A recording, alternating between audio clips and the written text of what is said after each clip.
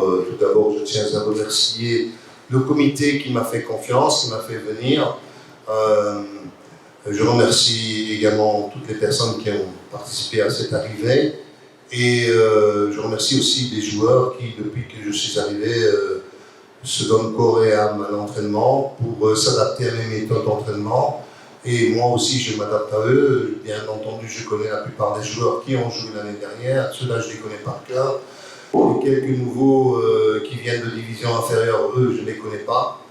Donc, pas bien encore. C'est normal, après 7 jours. Si tu étais joueur de Lubumbashi, ben, je connais, puisque c'était dans le play-off. Donc, tous ces joueurs-là, je les connais. Je répète, les joueurs de division inférieure, je les connais beaucoup moins, malheureusement. Mais bon, ça va se faire. J'espère que les supporters vont venir en nombre, car j'adore quand il y a du public et j'estime que le football sans public, c'est pas du football. J'ai encore montré mes images à l'époque en 2010 à Vita Club, où nous entraînions devant 20 000 personnes.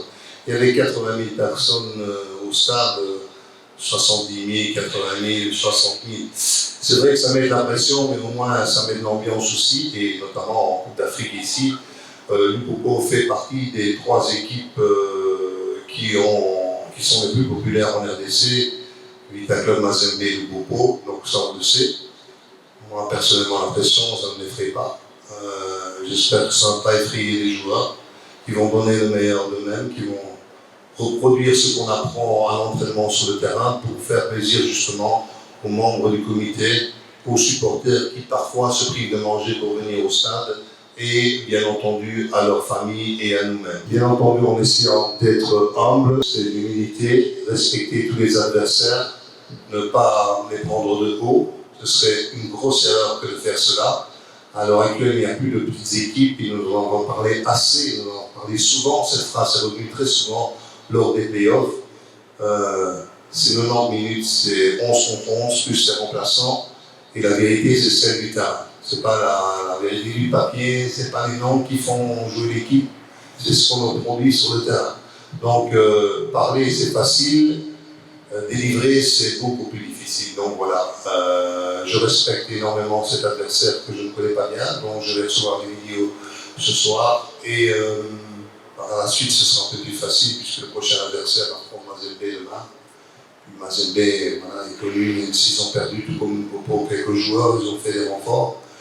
Et puis on va continuer à bien étudier les équipes, parce que vous savez que moi j'adore étudier toutes les équipes en détail, connaître les faiblesses et les forces de l'adversaire et de chaque joueur. Pour demain, ce sera un peu plus difficile au niveau individuel, de connaître tout le monde par cœur, mais pour la semaine prochaine, ce sera... nous devons encore travailler aujourd'hui, demain, et encore bien sûr travailler tactiquement, c'est un fait évident. Comme j'ai dit, les joueurs se sont ici à un autre niveau d'entraînement, un peu plus demandeur, peut-être un peu plus exigeant. Et ça, c'est ma méthode de travail.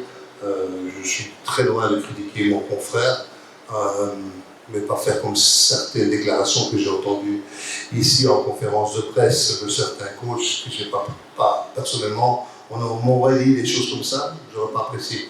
Donc je respecte mon confrère précédent, contre lequel, bien sûr, on a coaché l'année dernière. Et chaque entraîneur a ses méthodes de travail, etc. J'espère faire le maximum demain pour remporter les 3 points, comme je vous l'ai dit, et faire plaisir à nos supporters.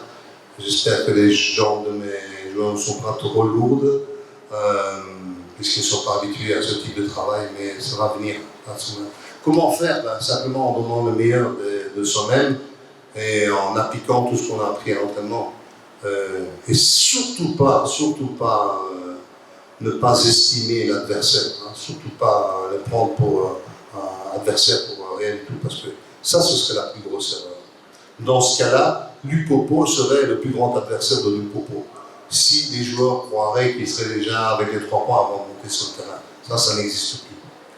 Nous avons fait venir, et ça fait parler d'ailleurs dans les médias sociaux, mais ça c'est pas grave, Issama, parce que nous avions un petit souci au niveau de l'arrière droit. Issama va pouvoir compenser ça et mettre encore un peu plus de pression sur Sekou, qui va devoir se battre plus pour obtenir sa place. Nous avons recruté Joseph Djouadi, qui était avec moi aux Ailes du Congo l'année dernière, mais bien entendu il ne va pas figurer malgré qu'il soit en forme dans les 20 ici ce dimanche, par respect des joueurs qui se sont entraînés depuis le début des entraînements, que ce soit avec mon confrère ou moi-même.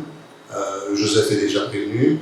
Maintenant, quand on parle d'erreur, ce n'est pas uniquement la défense. Hein. Il y a la défense, il y a le gardien, il y a le repositionnement défensif des milieux. Est-ce que les attaquants sont bien revenus dans le bloc? Tout ça, on est en train de travailler.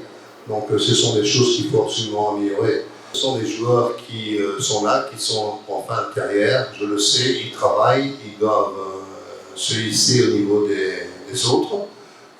Des jeunes qui peuvent prendre leur place à l'heure actuelle, c'est fou.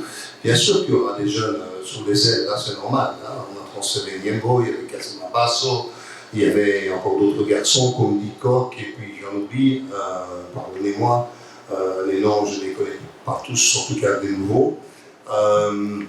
Mais dans le poste des arrières latéraux, c'est très difficile. Hein.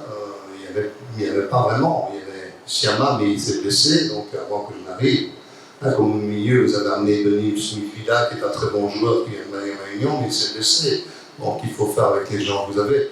Que les réseaux parlent, je trouve ça normal, et tout le monde a le droit, tant qu'il reste poli et respectueux, d'évoquer sa propre opinion. Comme je l'ai dit, la vérité, c'est sur le terrain. Maintenant, c'est aussi un challenge au niveau des joueurs de montrer que les réseaux sociaux ont